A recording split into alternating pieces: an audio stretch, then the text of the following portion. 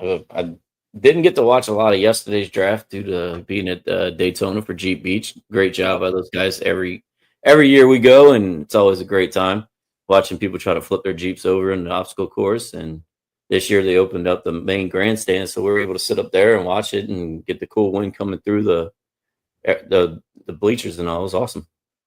Yeah, you had fun at the Jeep. That's why I drive a truck. I don't want to flip it no more. That's why I got a truck now. I ain't rich enough to flip it no more. But yesterday you was at Jeep Week. I was invited to attend a memorial service of a fallen Marine, and it was a pretty good turnout. Shout out to the MBMW Motorcycle Club out in Seminole for putting it all on. Just a bunch of Marine veterans bringing everybody together. The thought of the day for that was "You are your brother's keeper," and it was a really, really, really good turnout, good intimate little moment. I'm glad I got invited to that. So it was fun to. Not fun, but it was good to see the turnout because the gentleman John Snyder, he had no family, he was living in hospice, and we're Marines, we're family, and sometimes we just got to go over there and just say our goodbyes and pay our respects. So Semper Fi, John, we'll see you on the other side. Go guard those pearly gates, and we'll get up there and kick some ass with you soon. We're going to move on now. We got a really good show today. We're going to take a quick look at the NBA and NHL playoffs. A little bit of WWE action. I guess it was a big week for WWE this week, I guess. I just can't quite put my finger on it. But then we're going to get into the NFL draft. We're going to talk winners. We're going to talk losers and what in the world happened with Shedeur Sanders.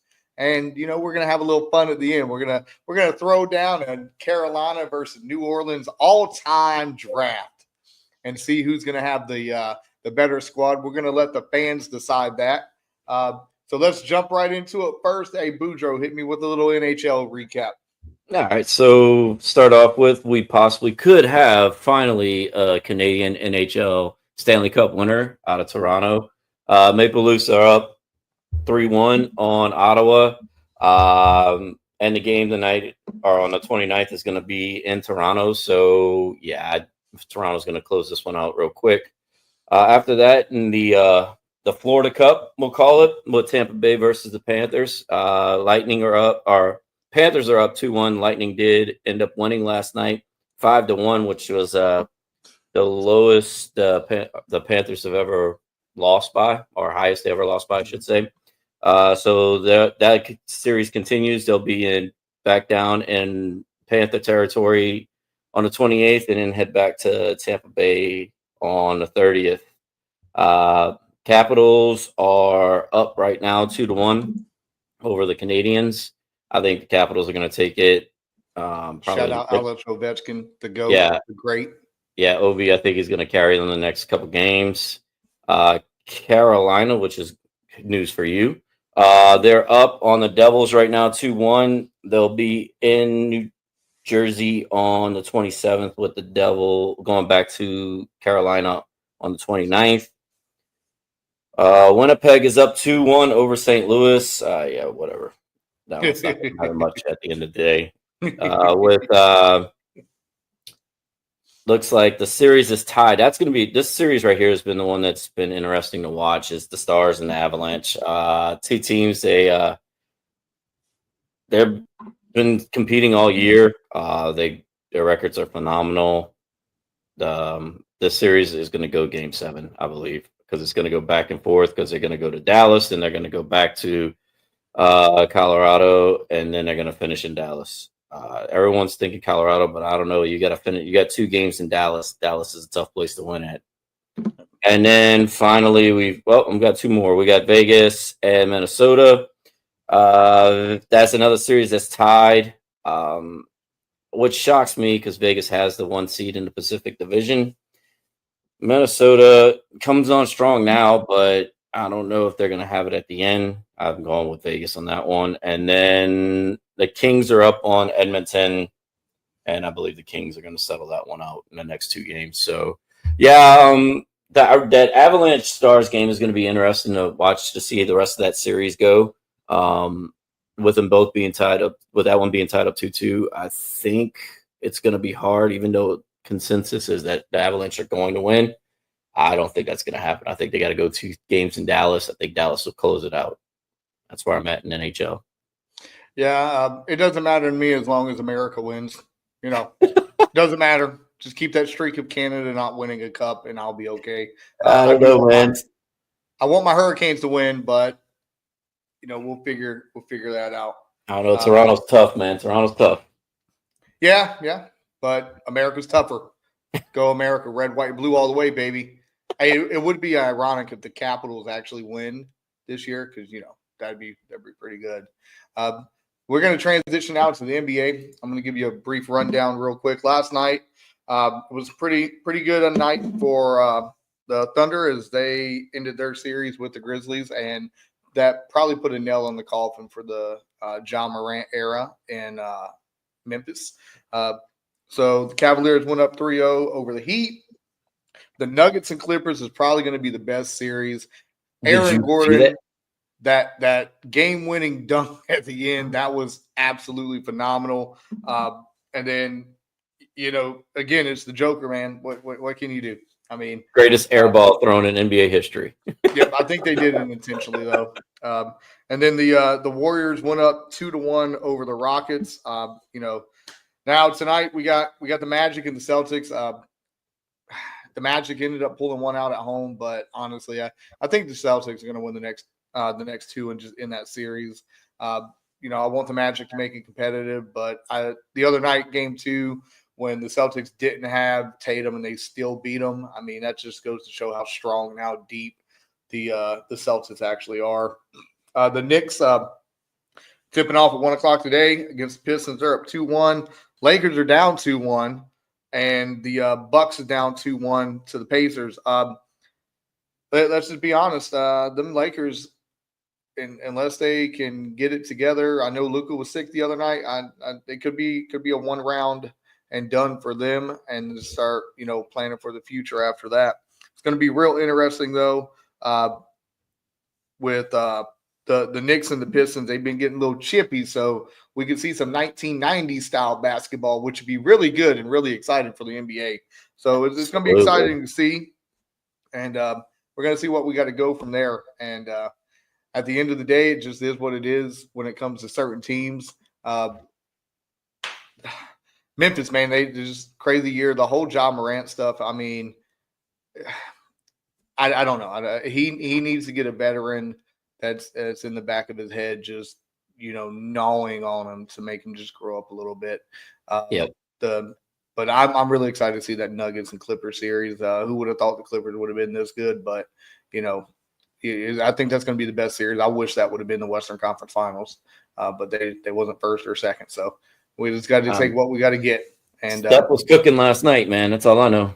Yeah. The chef is always cooking, bro.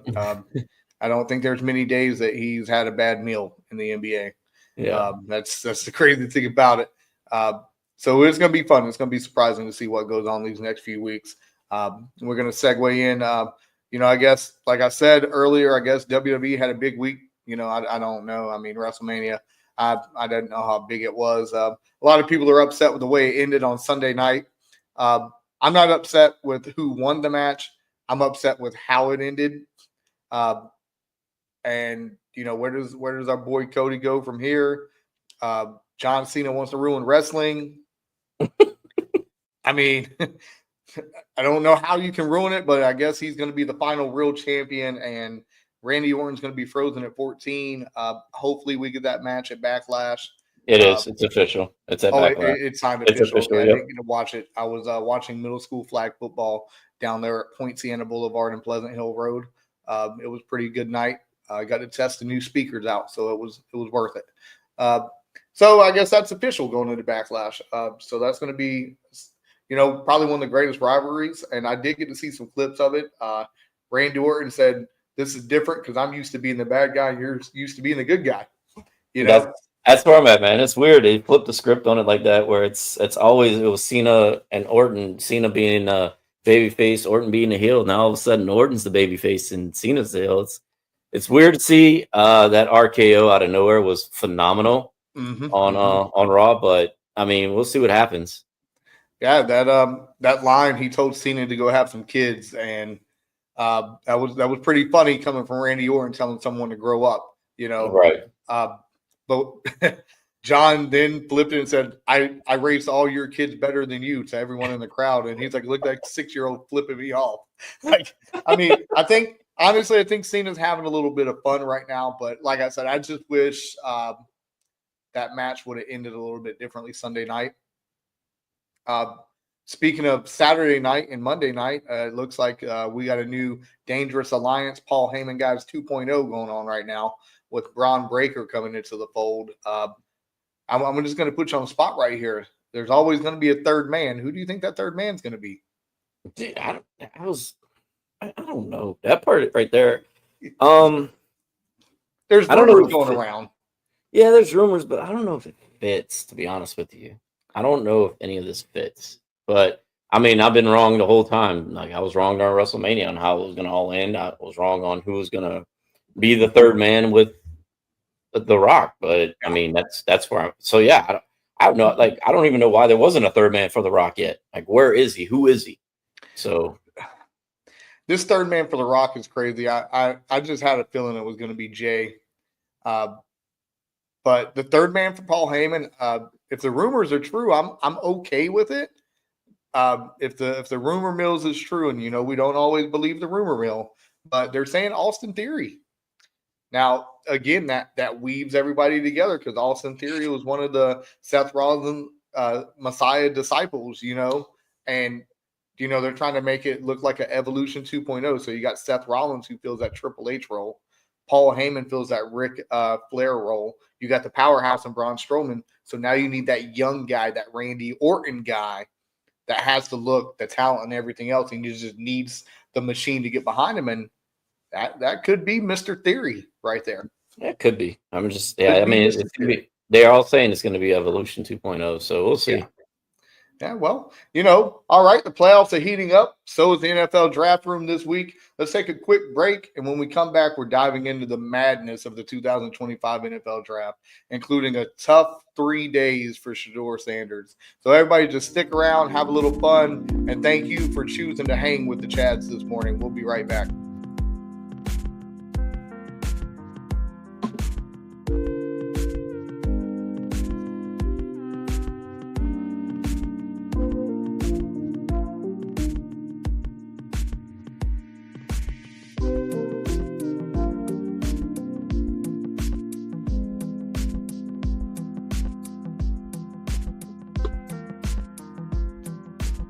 All right, we are back. Welcome back to Hanging with the Chads. We appreciate you riding with us. Now let's jump back in. We're going to get into the nuts and bolts of the day. We're going to get into what the hell happened in the NFL draft this weekend. And let's just start off. Hey, Cam Ward, number 1 overall to the Titans. I mean, we all seen that coming. What we didn't see coming is the teal and black and the little spotted gold, the Jacksonville Jaguars trading with the Cleveland Browns to move up from 5 to 2, draft our boy, Travis Hunter, and even told this man he's playing offense and defense. So let's start right there. Let's start talking about this first round a little bit. Any surprises other than that big trade up right there? So first, get to the Cam Ward part. Yeah, he was definitely, his draft stock is through the roof, right? He can probably the best quarterback in the draft. My issue with it is what he did to Miami. Get his record. All right, I'm done, guys. I'm not playing anymore. Hey, that part throws me off. We're going to get into that here in a minute. I'm glad you said that because he only broke the record for 1 day. Right. But that's what it throws me off because, I mean, it's all about him. And we're getting to this when we talk about Shedeur.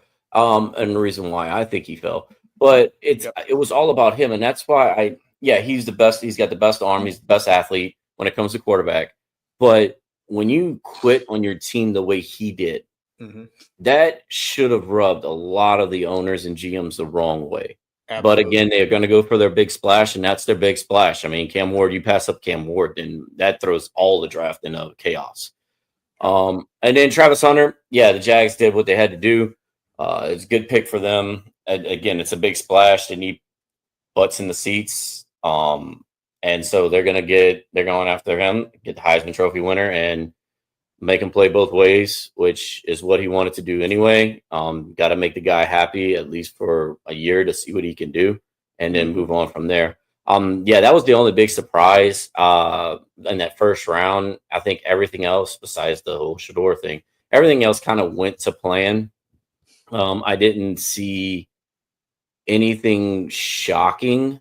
Everybody kind of went for best available for their needs, which isn't always the case in the NFL. Like with the Travis Hunter pick, it wasn't the best available for needs wise, I don't think, but it was also they get butts in the seats, and that's what they wanted. But like even with the Saints, because I thought for sure the Saints were going to go QB first pick, but their offensive line was Swiss cheese last year, so they definitely needed to go O-line. So yeah, I didn't think there was a big surprise in that first round, except for the Shedeur thing. Yeah, that's the fall of Shedeur, and we're going to get into that. I'm gonna bounce and piggyback. Yeah, the Cam Ward thing. You know, he can narrate it any way he wants. That him and Mario talked about it, and then that's what they agreed to do. But that's not what you do. You don't do that. I mean, it's different in the NFL. Week 17, if you got to get one more touchdown to get $1 million, and you're already in the playoffs. That's a different story. You're playing in the effing Pop-Tarts Bowl here in Orlando. You just wanted a record that you end up, honestly, you didn't even get. Right. Because the next night, another person who was drafted got that record. So I think some surprises. I'm upset with my Carolina Panthers. I wanted them to draft Jalen Walker, but no, instead he gets to go to freaking Atlanta, and we draft this wide receiver out of Arizona, Mr. McMillan. I'm not even going to attempt to say your first name because I'm going to screw it up. Look, if you ball out, I'm going to support you, big guy. Welcome to Carolina. Great. Awesome. We really needed defense, though. We really needed some defense, man. And, it is what it is. I think the Giants, whenever they drafted Abdul Carter, that's going to help out the Giants defense, like Brian Burns and Thibodeau. So that's going to be really, really nasty front seven right there with those three boys patrolling right there. And going into like other picks, even getting into the Shedeur situation, there wasn't really nothing crazy. The only thing crazy was the Bills and the Bears, I think, kept trading that one pick over and over to each other like the last 3 years or something like that. Like pick number 117. But on the Bears, man, they had a hell of a draft. They went into Green Bay, and I mean, I don't know if they won the night in Green Bay or won the draft in Green Bay, but they're up there, man. They did some things that's going to push them back to being relevant again. And if I'm in the North right now, I would start looking at the Bears because they're gonna do some things this year. I can tell you right now, Caleb Williams is going to have a 4,000-yard passing season. He's going to be the first one in Bears history to do that. They got Luther Budden the third to go along with DJ Moore and Rome Duzier, and then they drafted Colston Loveland. They're like, hell, we ain't running the ball, son. We're going to throw the damn ball. Catch up. And, that's pretty, what the league's going to go to right now. I mean, everybody keeps saying it's going to go back to running and all that, but I don't believe it. I don't believe it one bit.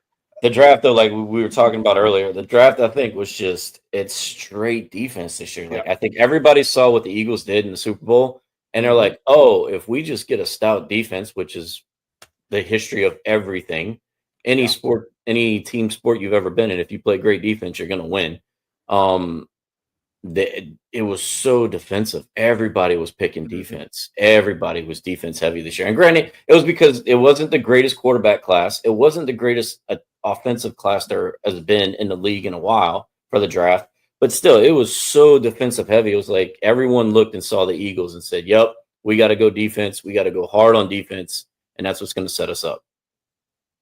Yep, absolutely. I think if I'm counting it right, it was 50-50 offense defense in the first round. Surprising first round though, and again we're going to get about this later, but the Giants trading up to draft Jackson Dart. Hey, Jackson Dart was my sleep. That's who I wanted the Saints to pick. So, and I think that's who the Saints were going to pick, but the Giants beat them to it. But that's who I wanted the Saints to get. Hey, y'all got Charlie Winky 2.0 though. Just saying. Hell, wait until Cam Rising comes out next year, bro. That dude's already grand old man right there, bro. Like he's played damn more college football than Van Wilder went to college. Yeah, right. So, and we're gonna get into all that. So the draft, we're just gonna say it went unexpected. It wasn't really. There wasn't no trades really until draft night. It was to me, it was rather boring. I mean, other than Travis Hunter going to Jacksonville, which I think he's going to do phenomenal there. And everybody says, oh, he's going to go to Jacksonville and we're going to see some arrogance to him. Let's not forget what he said. The reason people love this guy is because he's boring. Mm-hmm. Like, and not boring on the field, but boring in his personal life. Take his girlfriend, fiance out of the equation. But he literally says he would rather go fishing or play video games. Yeah. But I mean, where's he going? He's going to Duval. I mean, come on. Duval. Come on, man. Like you gotta have, I mean, for some reason that Jacksonville, you gotta be flashy in Jacksonville for some reason just for you to be noticed. It's weird because it's not a big city, it's not a big town. There's nothing really crazy about Jacksonville.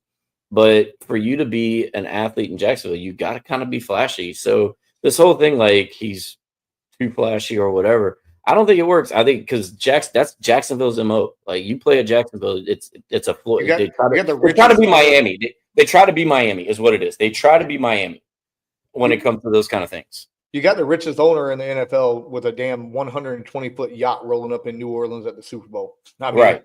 That you can't beat flashier than that. But no, I think he's still gonna be his same old self.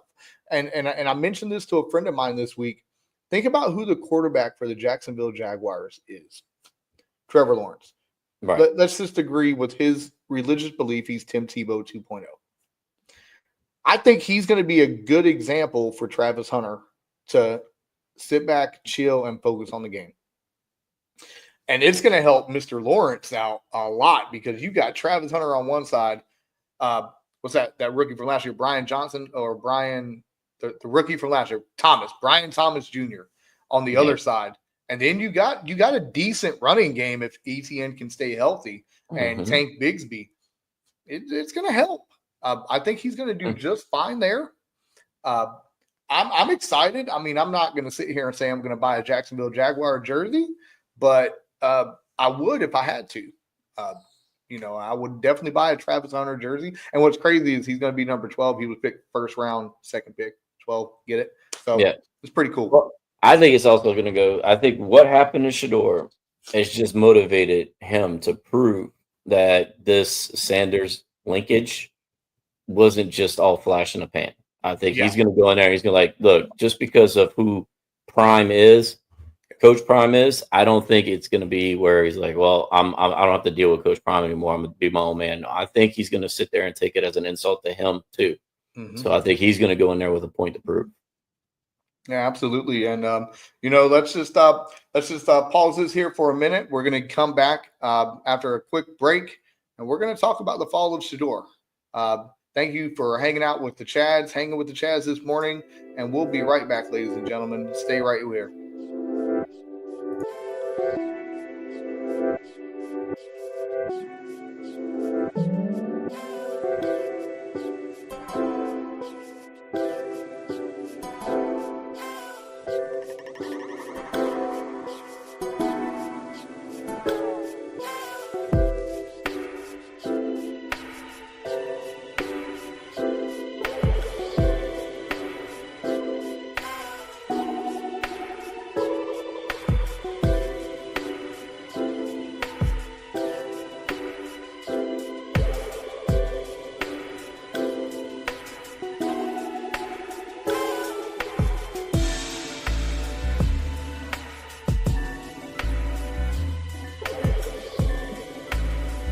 Welcome back to Hanging with the Chads. I am Chad Springer. As always, I'm joined by my greatest tag team partner ever, Chad Boudreaux. And we're getting into the NFL draft. But before that, ladies and gentlemen, I gotta give a quick shout out real quick. I'm a very skeptical person when I buy things, especially when it comes from the world famous TikTok. But let me shout out the Woods Game Store. This right here is a little emulator that has every single game you can think of on it. And it has been entertaining me for the past week and a half. Look, I'm over here, kicking butt, playing some Pokemon, So at the end of the day, it's bringing some good childhood memories. Hey, follow Woods Game Store on TikTok. This thing is very cheap. It's very convenient priced. It's a great little thing that we're doing with this, and I love it. And you play games, and I work on my Jeep, so let's go. Hey, that's where my money goes. That's why we're the best tag team partners. We're complete opposites. That makes a good tag team. But we love sports in the military, so it's even better. And exactly. Real quick, speaking of the military, again, I got to give a big shout out to the MA of Seminole County for putting on the memorial service. Mr. John Snyder, fallen Marine.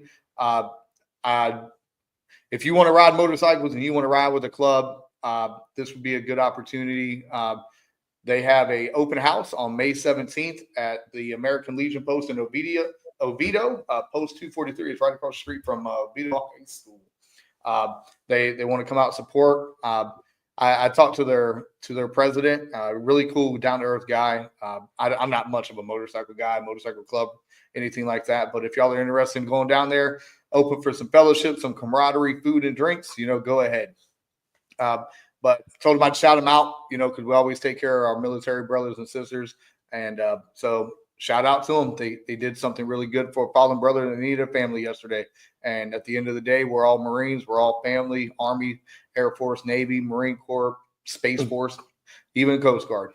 We all love each other. We all support each other. But, hey, we're glad you're back.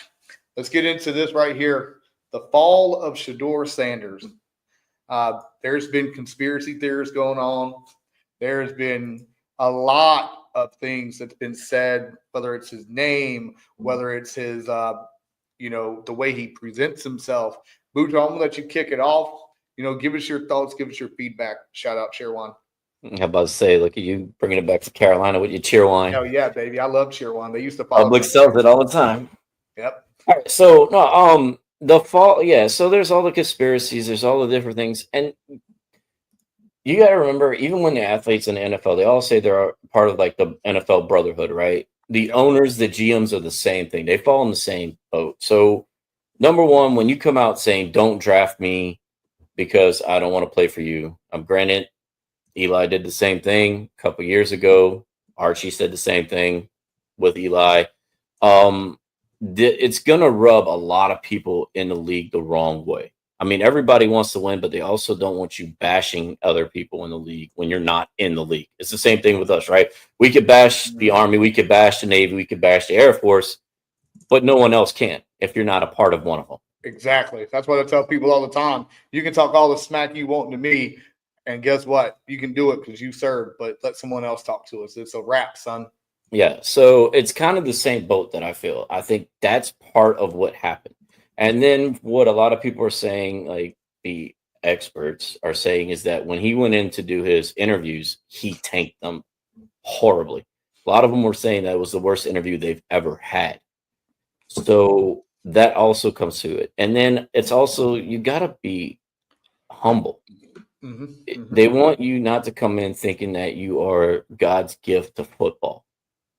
And when you go in, just like when you go into an interview, you want to talk high about yourself and how great you are, but you also don't want to sit there and say, like, I'm the best. You better pick me. Because if you're anything worth a manager or us as athletic directors and we're talking to a coach and he's coming in talking a bunch of shit, you're going to go, well, this guy's never going to listen to me. And I have to direct him in the way we go. So I think all of that combined has to do with the reason why he fell. I don't think the Browns made the right choice because they have a full quarterback room. And now they have to pay for a fifth quarterback. That's the thing when it comes to it. Now, Do I think he's got the talent to be in that first round or even early second round? Absolutely. I don't think he's better than Cam Ward. I don't think he was the number one quarterback in the draft. Do I think he was number 2 or 3? Yes. I think between him and Jackson Dart, I think that's where your 2 and 3 quarterbacks were. And that's coming from a Saints fan who picked a quarterback before Shedeur. Grand old man, But baby. yeah, so but I think it had a lot to do with just the attitude that he and how he presented himself. It's not because like the rap stuff they did; they all do rap stuff. Yeah. Like, I mean, if you look at when LSU won the national championship, you got Jets freaking doing the gritty all over the end zone. I mean, and You got the number 9 sitting in the damn locker room with a big stogie just yeah, and the head coach is telling him, be easy on that cigar. I mean, like, come on, like it's some of it has to do with his. I think all of it has to do with his attitude, just the way he presented himself when it mattered, not what he does on the side. None of that matters. What you do on the side is when it matters how you present yourself. And when he went down to those interviews, and we're hearing from all the people who are supposed to know everything. Yeah, I think it had to do with the way he presented himself during those interviews is what, and then with them talking, I don't want this team drafting me. I don't want that team drafting me. I don't want this team. I think all of that combined had to do with the reason why he felt. Yeah, I'm inclined to agree. I think now this is just me talking. I'm not in the GM rooms. I am not in the field. Shout out to everyone that was drafted, all 8,000 picks of you in the NFL. What 256 total? Shout out everybody. Good luck, chase your dreams, all that.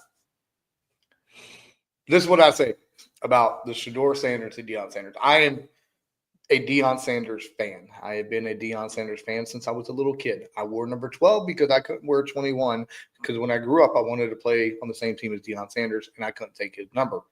That's how much I love Deion Sanders. I still have a Wheatie box of Deion Sanders, okay? So, first off, he is a winner. Shedeur has won everywhere he went. The first year in Colorado, it was a complete rebuild. What happened the second year? They had a fantastic year. Went to a bowl game.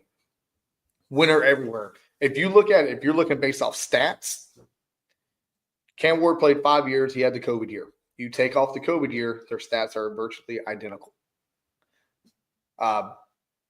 Tyler, the guy that you guys drafted, Show, I guess that's how you say his last name. He played for 22 years, and he was only a starter for 1. And so we're not going to get into that. Jalen Milroe, he didn't really start until his junior year. Dylan Gabriel, same boat. He played for 6 years in college football. You take his first year away, the stats are virtually identical. Even playing at Jackson State and then Colorado, the stats are virtually identical.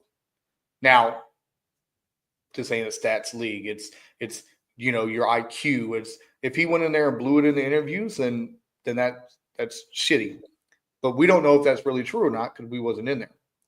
If they're punishing him because he's a Sanders and he wanted, XYZ, he's not playing for this team, he's not playing for that, shame on him.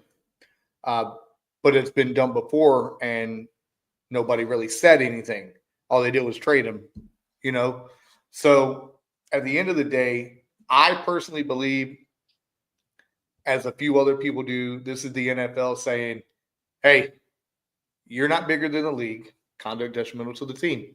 You're not bigger than the league. You're not bigger than us. But in reality, you're still a great kid. You got a chance to learn from this. Because I always resort back to my all-time favorite quarterback, Cam Newton. When he came in the league, everyone hated him because his attitude, his style, his way he presented himself. Literally, there is an old wise man's tale in Carolina that during his interview with Jerry Richardson, and we all know what happened with the great Jerry Richardson with the whole sexual assault or the racism inside the workplace, literally sitting there with Marty Hemming, the GM, and said, do you have tattoos? Cam Newton said, no. He's like, good, keep it that way. He's like, do you have facial hair? Cam Newton said, clearly not. Keep it that way. He's like, I don't want no braids. I don't want no dreadlock, no nothing. That's why if you look, Cam Newton didn't start growing his braids out until Jerry Richardson was out the door.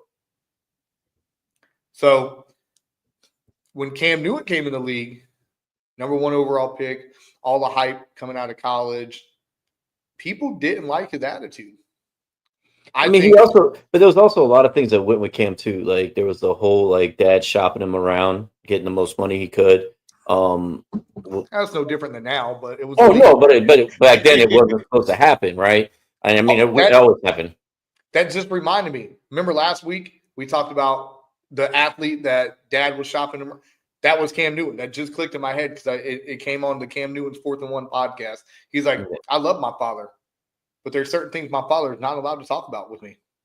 Yeah. And it was involving money because I guess his dad did do it behind his back. Yeah. But that was the thing. Like nobody, was it really behind his back? Was it all this? And then of course, like you got the SEC fans that just don't like when they lose to anybody. So I didn't like him, but I'm not going to negate his talent. Like Cam Newton was dog. Yeah, he's a dog. Like you can't negate the talent that he has.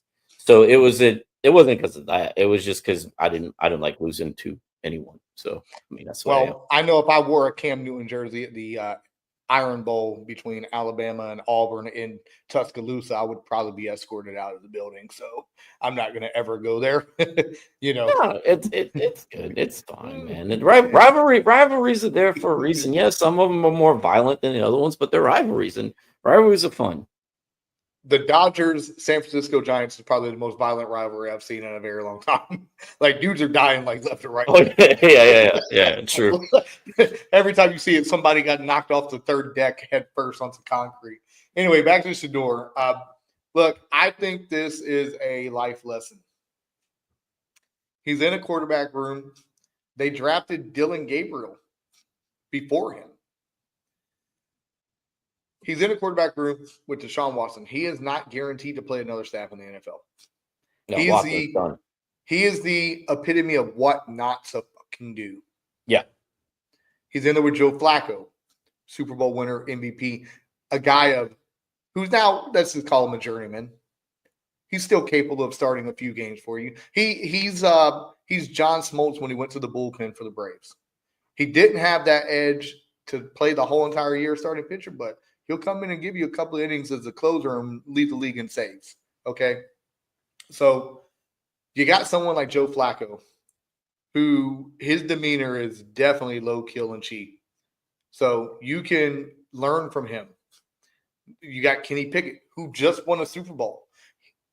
He took the final snap in the Super Bowl. Mm-hmm. As much as you can say, he was around a Super Bowl winning franchise, along with Joe Flacco.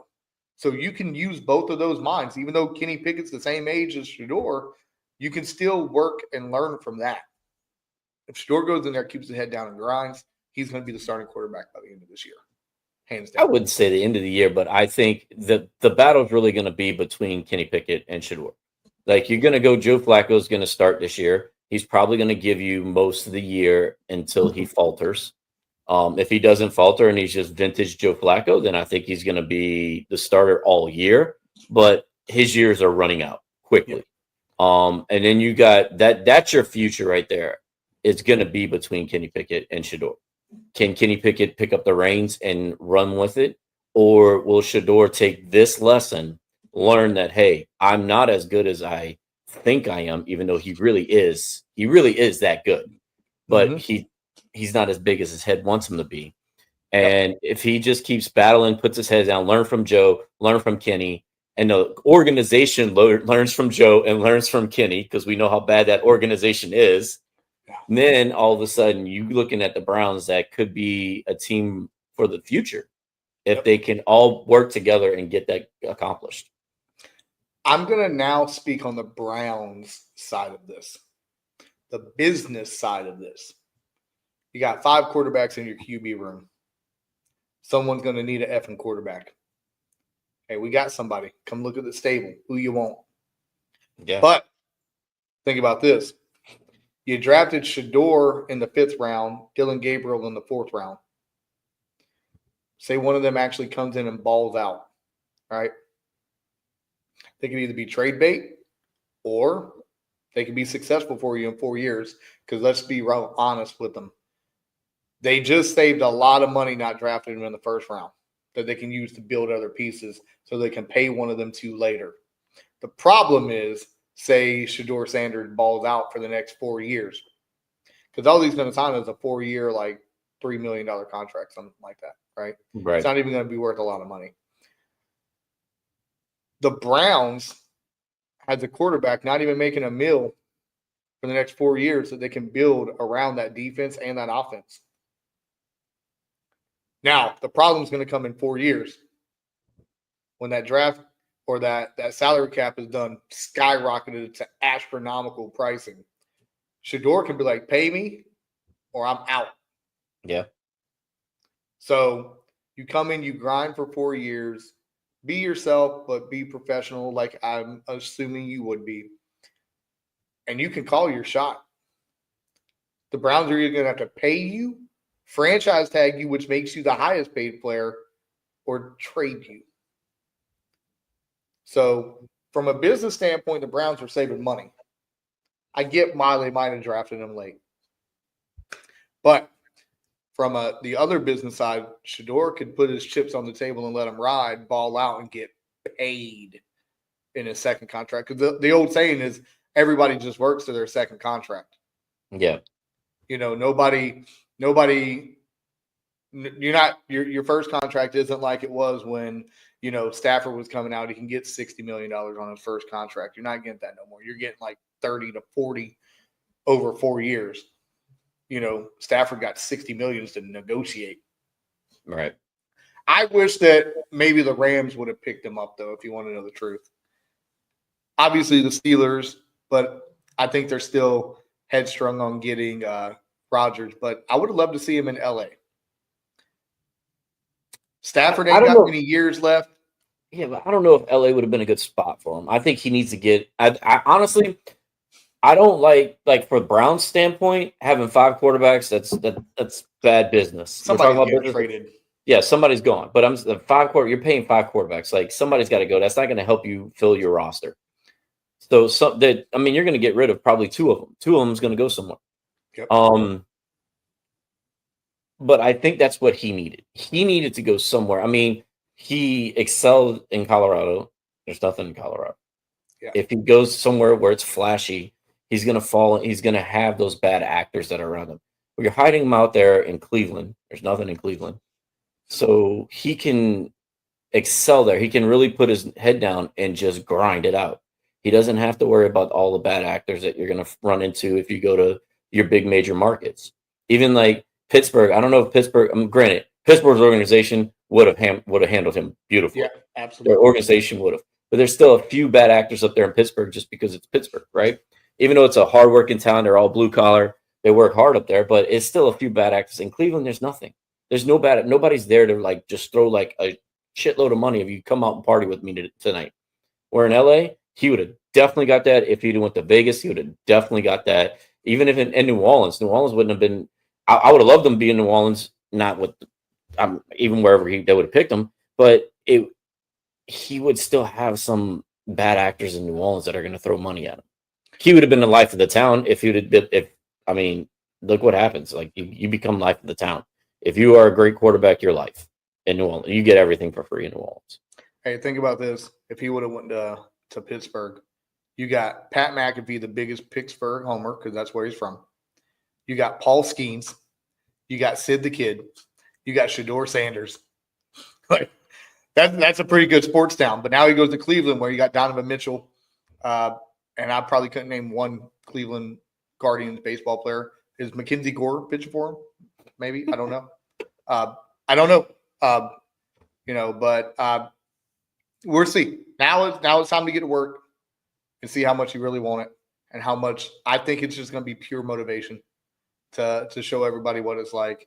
And, it was a wild draft weekend. And speaking of teams, it's time to get in a little friendly competition for yours truly. After this break, we're going to go head-to-head, Carolina versus New Orleans. Who can draft a better all-time squad? Ladies and gentlemen, I'm Chad Springer. This is Chad Boudreaux. Thank you for hanging with the Chads this morning. We're going to be right back, and we're going to have a little bit of fun to end the show.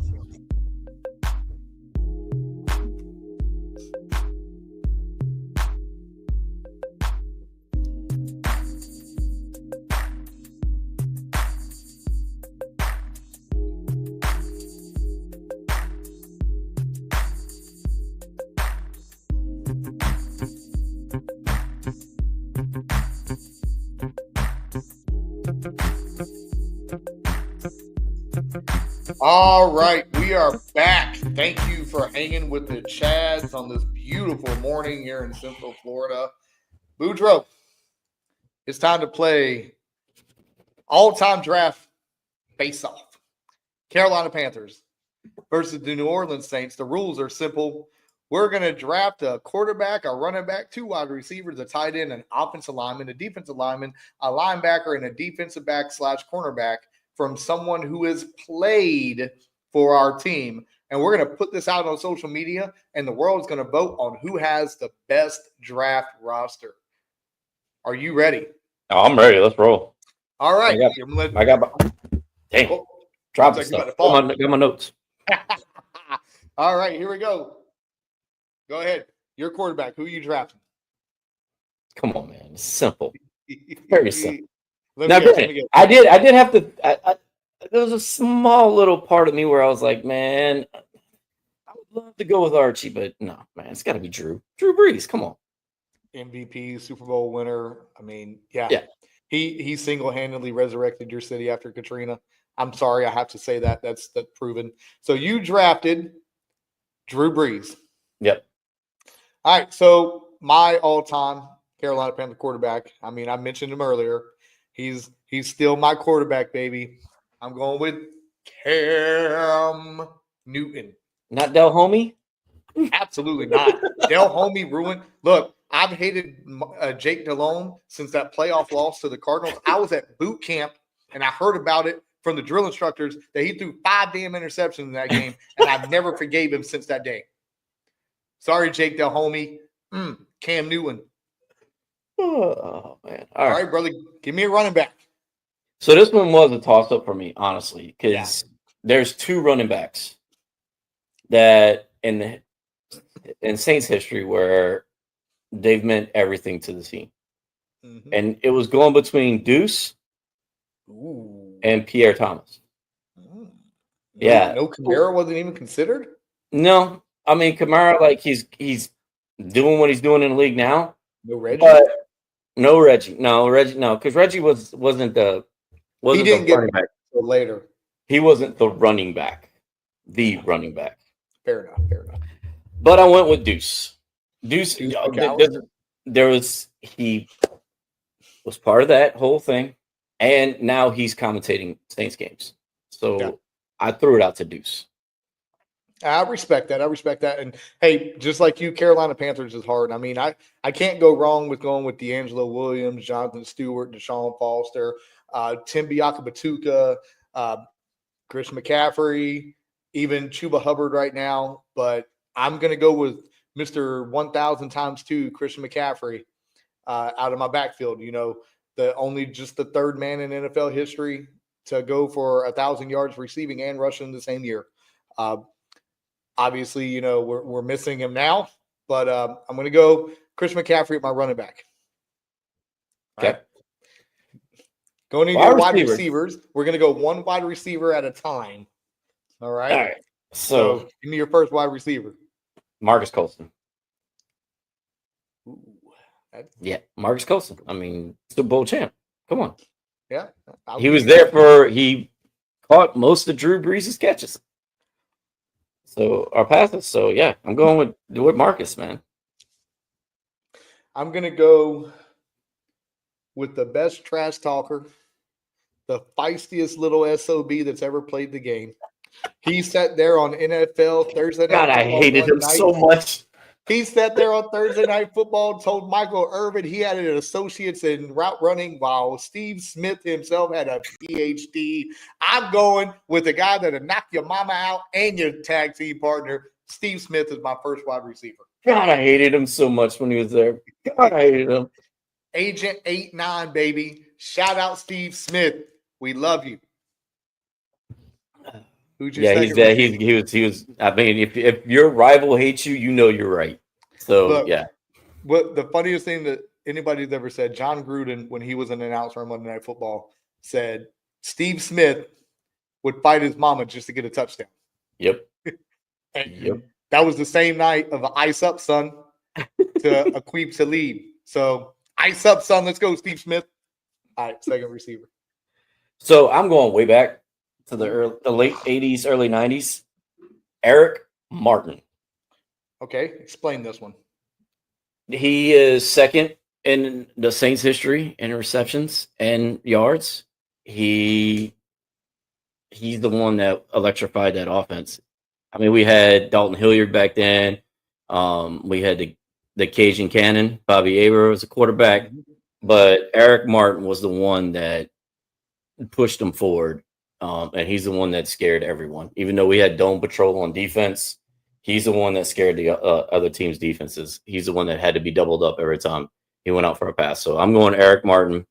He's second in Saints history in catches and yards. So definitely Eric Martin. Yeah, that's a good one. My number 2 pick is just like the running back. It's hard because they're, what people fail to realize is throughout the years, Carolina's actually had some really good wide receivers. The likes of Musa Muhammad. We had Mr. 50-50 ball Ted Ginn himself. He's either catching a touchdown or dropping the pass.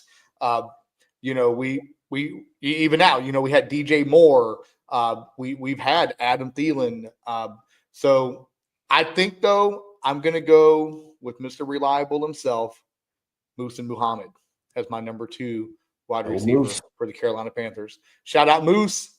So so right now we got our receivers down. This one, I think you're gonna have a little issue with this one. Tell me who your tight end is gonna be. I mean, if you're thinking my issue would be between Jimmy Graham and freaking Shockey, you're wrong, dude. Jimmy Graham. Ooh. Jimmy Graham. Okay. Yeah, I mean, Shockey was great, but Shockey was here for a year or 2 years, whatever it was. Like, he wasn't here for long. Carolina and balled out. Yeah, I mean, he helped us win a Super Bowl. Thank you, Mr. Shockey. My stepmom was in love with you when you were here. But no, Jimmy Graham, dude. He came in and he was an every down guy. Like, he blocked, he caught, he came out the backfield. Like, he was just nasty. And he's the reason why the NFL won't allow you to dunk on field goal post anymore. Yeah, that is true. Hey, I like that pick. My tight end though, I'm going with the 5th floor boy down from the U, baby. Shout out number 88, Greg Olsen, the first tight end in NFL history to go back to back 1,000-yard receiving seasons. He had a rap song with Ed Reed and all the 5th floor boys. You would never think he would have that, but as a man, this man has done more for the community in Charlotte than most people can even dream of.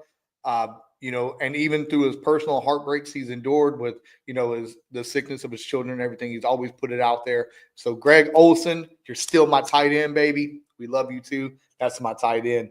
Now let's get into your offensive lineman here. Willie Rope. Ooh, that is a really good one. He anchored y'all for a very long time.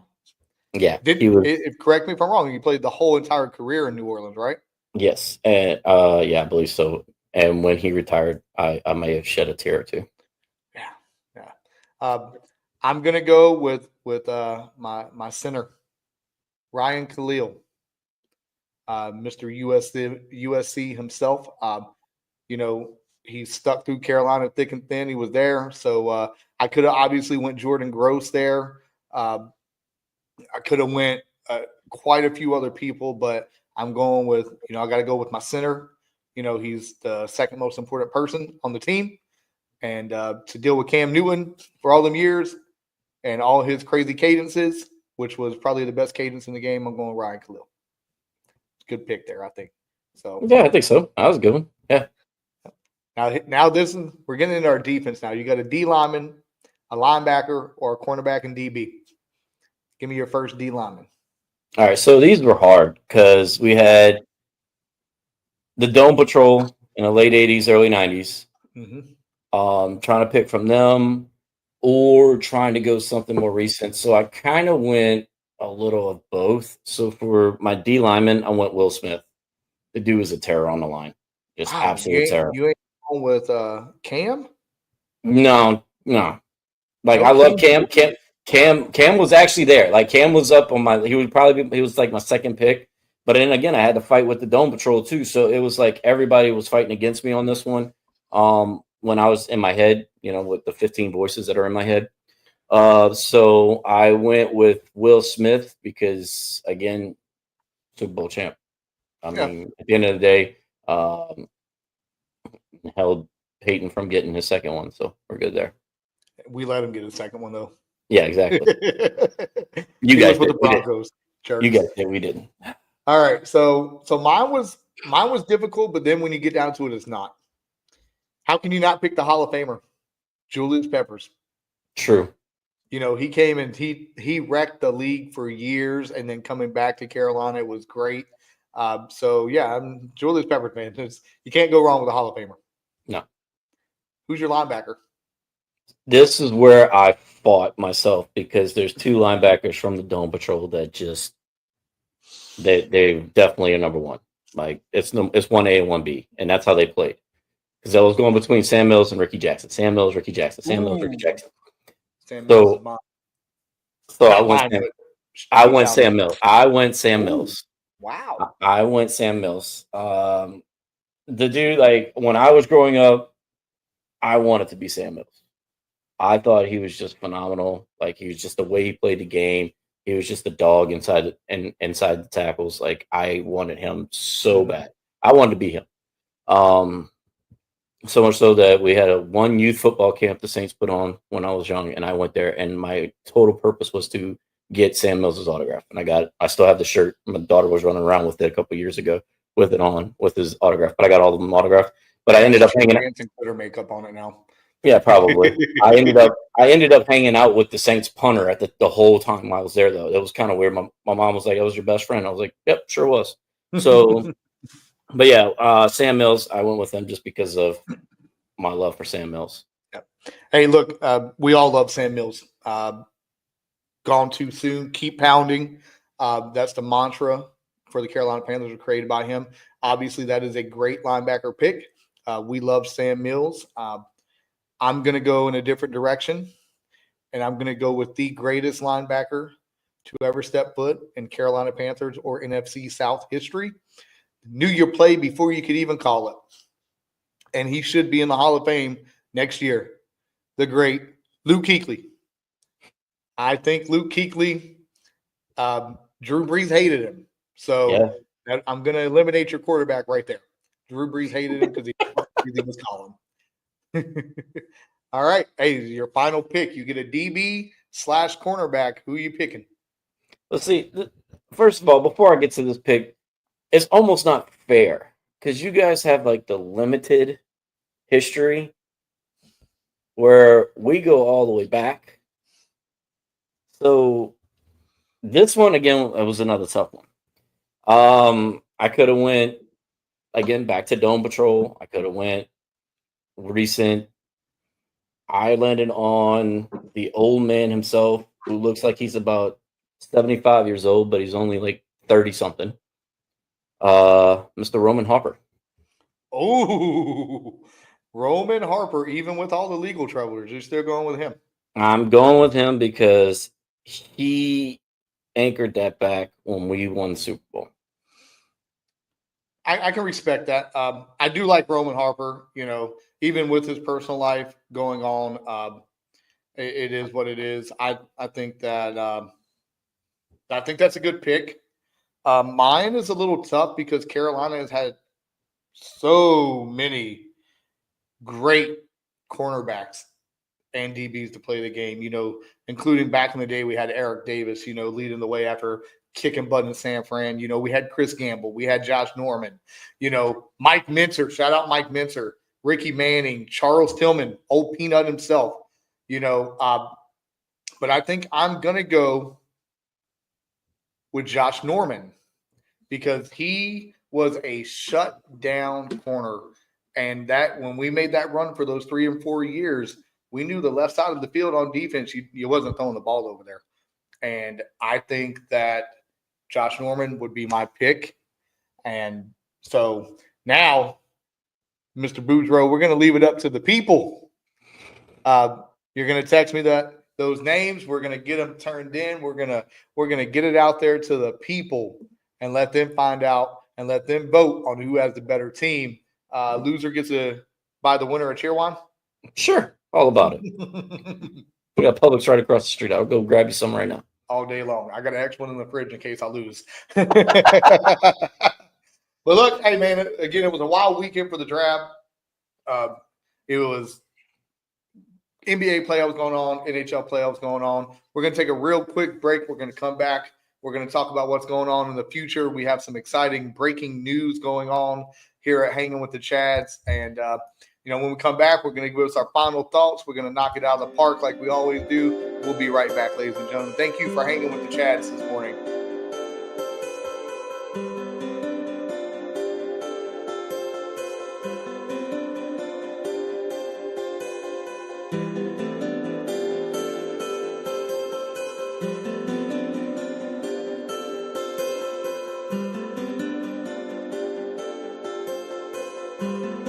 And we are back, and this music is going to put somebody to sleep. I can't play this one for too long, buddy. Yeah. Ooh-wee. Welcome back. Thank you all for hanging out with us this morning. We appreciate all the support. We appreciate all your love. And, going into a future episode, it has been confirmed. I'm not going to say the name yet, but we will have a district athletic director on the meetings in the summer. We have chosen to do a summer date. And then that summer date, it will be an in-studio. For the first time ever, we will be in a studio with this guest. I'm not going to say any names. I'm going to leave it up to interpretation. Y'all can think who you want. The only tip I'm going to say is he is one of us. That's all I'm going to say. It's a process to get people like that in here, and I'm really excited about that. Next week's show, we're going to focus on some organization for athletic directors, how we stay organized throughout the week, how we organize our schedules, how we keep everyone informed. I think it's going to be a really good show. We're working on locking down another special guest for that one. If not, you're just going to hang with the Chads like you always do. And I think that's a really good thing, though, hanging with the Chads like you always do. But ladies and gentlemen, we always appreciate your support. We appreciate your love. We do the best we can every day. And, Mr. Boudreaux, greatest tag team partner in the world right now. Any final thoughts before we get on up out of here? Number one, shout out to Orlando City for beating the hell out of Atlanta last night. Love it. And also shout out to Rob McKelry, however you say his last name, and Ryan Reynolds at Wrexham AFC, getting promoted again. Every year they've owned it, they've getting promoted. So hopefully after next year, they'll be in the Premier League, and then it'll be awesome to watch. But otherwise, all I got to say, guys, is get better. Get better, be great. Hey, Ryan Reynolds is about to be a damn billionaire. What's he doing, bro? Good God. Shout out Deadpool, baby. All right. Hey, ladies and gentlemen, I'm Chad Springer. This, as always, my favorite tag team partner in the world, Chad Boudreaux. We appreciate you. We love you. Thank you for hanging with the Chads. Have a great week. Get 1% better every day.